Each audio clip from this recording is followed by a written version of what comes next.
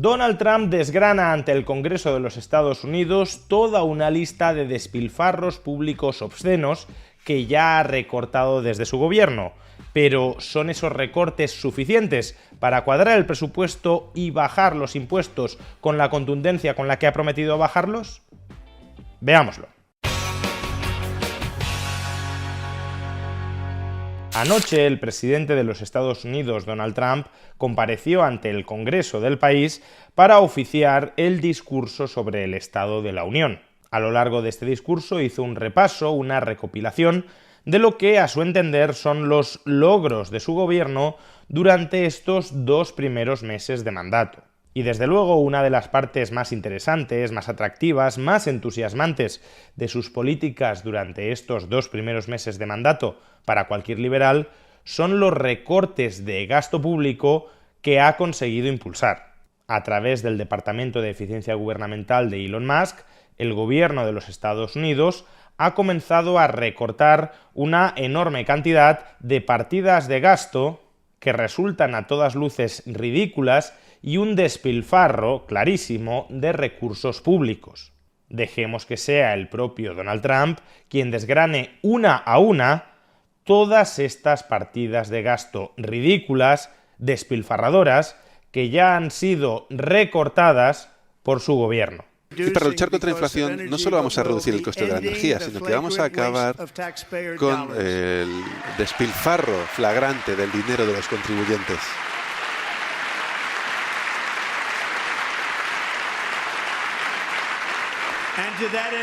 Y para eso he creado el nuevo Departamento de Eficiencia Gubernamental, el DOGE. Quizás os suena.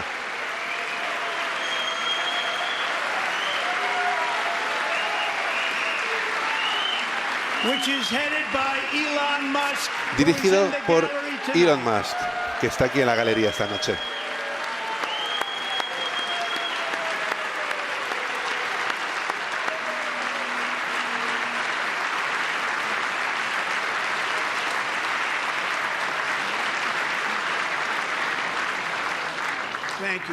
Gracias, Elon. Estás trabajando mucho.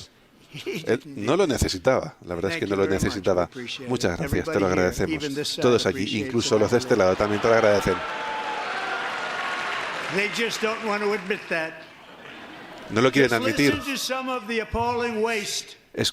Escuchad el despilfarro que hemos identificado. 22.000 millones de dólares del HHS para proporcionar viviendas y coches gratuitos para los inmigrantes ilegales. 45 millones para diversidad, igualdad e inclusión. Becas en Birmania. 40 millones de dólares para mejorar la inclusión económica y social de migrantes sedentarios. Nadie sabe qué significa eso. 8 millones de dólares para promocionar el LGTBIQ+ en la nación africana de Lesoto, una nación de la que nadie nunca ha oído hablar.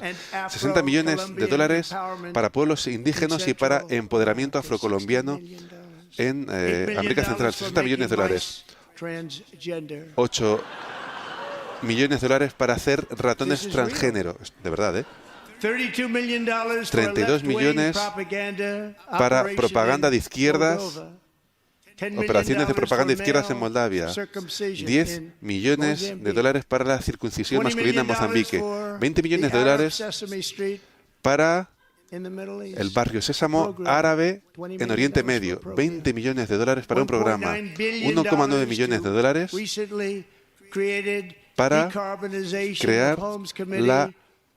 para crear el Comité de Descarbonización de Hogares.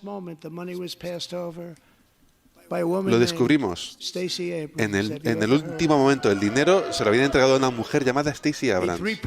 ¿Sabéis quién es? 3,5 millones de dólares para un contrato de consultoría para peces. 1,5 millones de dólares para mejorar la confianza de los votantes en Liberia.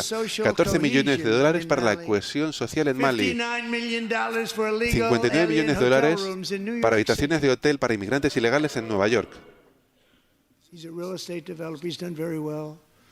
$250.000 para aumentar la innovación, la acción climática vegana en Zambia, 42 millones para el cambio social y de comportamiento en Uganda, 14 millones de dólares para mejorar las compras públicas en Serbia, 47 millones de dólares para mejorar los resultados de aprendizaje en Asia.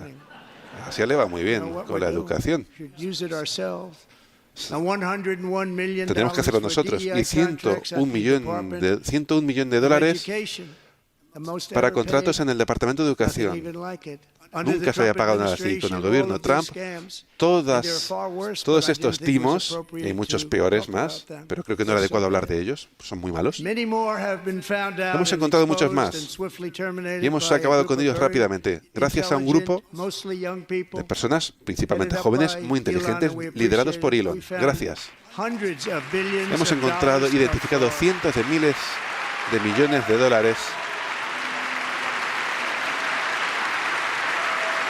Bien, como digo, creo que la motosierra, el recorte del gasto público, es algo que todos los liberales podemos compartir, porque el liberalismo aspira a que el Estado sea lo más pequeño posible. Y si lo posible fuera que no existiera Estado, pues entonces la ausencia de Estado.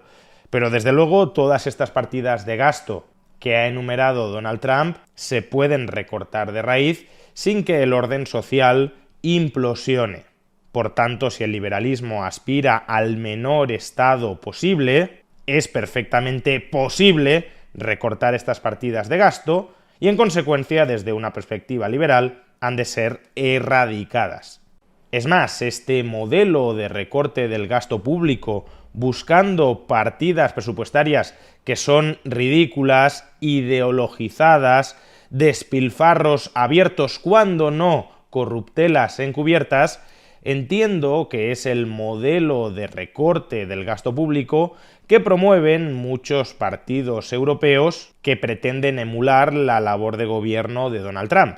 Eso de adelgazaremos enormemente la administración pública, eliminando todo gasto superfluo y todo despilfarro que dilapide el dinero del contribuyente. Sin embargo, estando muy de acuerdo con que se eliminen todas esas partidas de gasto y a buen seguro otras que irán emergiendo de igual naturaleza, conviene que dimensionemos adecuadamente la magnitud de esos recortes, sobre todo para no autoengañarnos sobre el impacto en las finanzas de los contribuyentes que puedan tener. Y es que, aunque Donald Trump hable de cientos de miles de millones de dólares en despilfarro público identificado, la lista que ha enumerado, que entiendo que al menos son los casos más importantes, más impactantes de despilfarro del dinero del contribuyente, ni siquiera alcanzan los 7.000 millones de dólares, porque de hecho la partida más cuantiosa que menciona, los 22.000 millones de dólares en ayudas a inmigrantes ilegales para comprarse una casa o para comprarse un automóvil, son 22.000 millones de dólares repartidos a lo largo de 5 años, es decir, 4.400 millones de dólares anuales. Y otra partida muy sustancial que menciona, los préstamos para descarbonizar las viviendas, 1.900 millones de dólares, es un gasto no anual. Pero bueno, aún considerando este último gasto como un gasto potencialmente recurrente año tras año, Donald Trump, como digo, habría cuantificado recortes anuales de menos de 7.000 millones de dólares, alrededor de $20 por ciudadano, o si lo queremos expresar en términos presupuestarios, equivalente al 0,1% de todo el gasto público federal. Con esto, evidentemente, no quiero decir que estas partidas de gasto no deban eliminarse. Claro que han de eliminarse. Pero si aspiramos a equilibrar las cuentas públicas para no sobreemitir deuda pública y sobre todo a reducir de una manera muy contundente el tamaño del sector público, parece bastante obvio que este tipo de recortes no son ni mucho menos suficientes. Pueden ser necesarios, pero no suficientes. Porque, como ya hemos explicado en otras ocasiones, 3/4 partes de todo el gasto público federal de los Estados Unidos va destinado a pagar pensiones, Medicare y Medicaid, es decir, gasto sanitario para mayores y para personas sin recursos, el gasto militar y el gasto en intereses de la deuda. Y si quitáramos de este cómputo el gasto militar, sería el 62% de todo el gasto público federal dirigido a las partidas que antes he mencionado. Por tanto, sin meter la tijera también en esas partidas, que son fundamentalmente transferencias públicas, es muy complicado que pueda recortarse de verdad, de una manera apreciable, generando espacio fiscal para cuadrar las cuentas y bajar impuestos, que pueda reducirse, recortarse de manera apreciable el gasto público. Milei en un solo año consiguió recortar el gasto público federal más de un 20%. Recordemos que todas las cifras que ha dado antes Donald Trump equivalen al 0,1% del gasto público federal, porque Milei sí estuvo dispuesto a meter la tijera o la motosierra en partidas que muchos consideran intocables, como los sueldos públicos o como las pensiones. Si Donald Trump no hace eso, y de momento no ha mostrado que tenga intención de hacerlo, lo máximo que hizo ayer fue mencionar que había mucha gente de más de 100 años en las listas de la Seguridad Social, incluso personas con más de 200 o de 300 años en los listados de la Seguridad Social que no constaban como fallecidos, dando a entender que todas ellas estaban cobrando pensiones públicas, cuando eso no es así. El 98 o 99% de todas esas personas que no constan como fallecidas en la Seguridad Social no cobran pensiones públicas. Se trata de errores de registro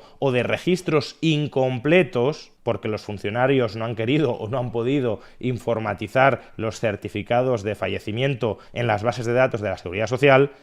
Se trata de errores de registro que ya estaban localizados antes de Donald Trump y que no suponen un desembolso masivo de pensiones públicas a personas que llevan décadas fallecidas. Con lo cual, si Donald Trump no está dispuesto a meter la tijera en todas estas partidas nucleares del gasto público, será muy complicado que consiga cuadrar las cuentas públicas, máxime en un año, como también prometió ayer que iba a hacer, y a su vez bajar los impuestos con la intensidad con la que ha prometido bajarlos.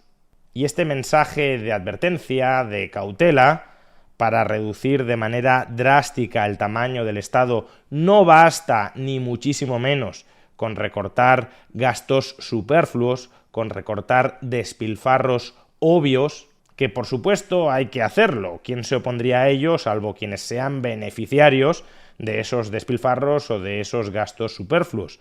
Pero para reducir drásticamente el tamaño del Estado no basta con eso. Ese mensaje de advertencia, de cautela, creo que es un mensaje que habría que trasladar a todos aquellos que desde Europa prometen una reducción muy importante del tamaño del Estado siguiendo el modelo de Donald Trump. A menos que Donald Trump amplíe muy significativamente las partidas presupuestarias que pretende recortar, que todo es posible, de momento no lo ha hecho, pero tiene toda una presidencia por delante, pero a menos que Donald Trump ataque partidas de gasto verdaderamente mollares, el modelo a seguir para adelgazar en profundidad el Estado no puede ser el de Donald Trump, sino que ha de ser el de Javier Milei. Ahora bien, ¿cuántos líderes políticos europeos están dispuestos a emular, no de palabra, sino de acción? ¿Cuántos líderes políticos europeos están dispuestos a copiar lo que ha hecho Javier Milei en Argentina, en lugar de quedarse tan solo en lo que está haciendo, al menos de momento, Donald Trump en los Estados Unidos? Y por desgracia, me temo que no hay ninguno.